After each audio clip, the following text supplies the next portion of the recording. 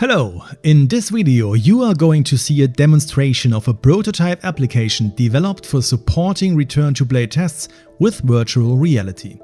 The aim is to shift the internal focus of an injured athlete towards an external focus, driven by a virtual environment in order to obtain better and more close to reality test results.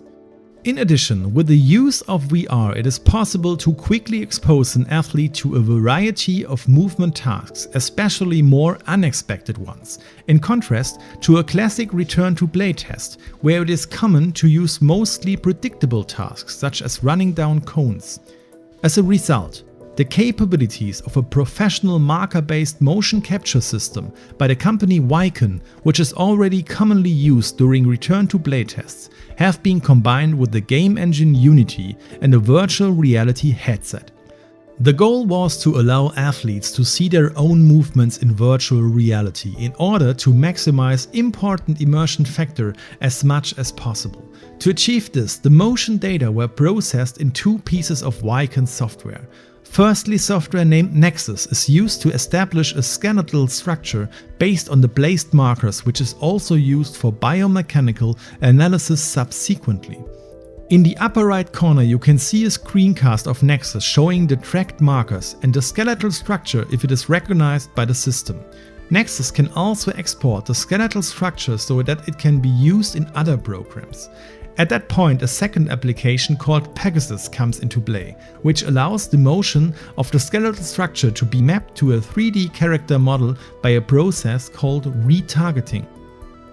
In the lower left corner you can follow that process visually. The updated data is then forwarded to the game engine Unity, which handles the simulation of the virtual environment, the task for the athlete, and the output to a VR headset. In this case, the HTC Vive Pro.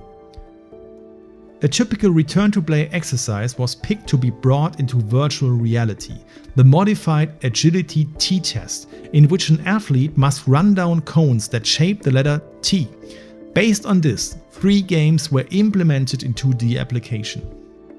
Firstly, a one-on-one implementation, and secondly, a game where the subject is confronted with the same movement tasks but in an unexpected way, as he or she has to dodge suddenly appearing walls. The third is a modified version of the second, with suddenly appearing waypoints that must be run down. At the end of the video, an outside view is shown to demonstrate the retargeting. Such a third-person mode could also be useful for the execution and monitoring of rehabilitation exercises. The overall system latency has proven to be no issue, and according to the first subject volunteer, the virtual reality body feels extremely realistic and nearly like one's own body.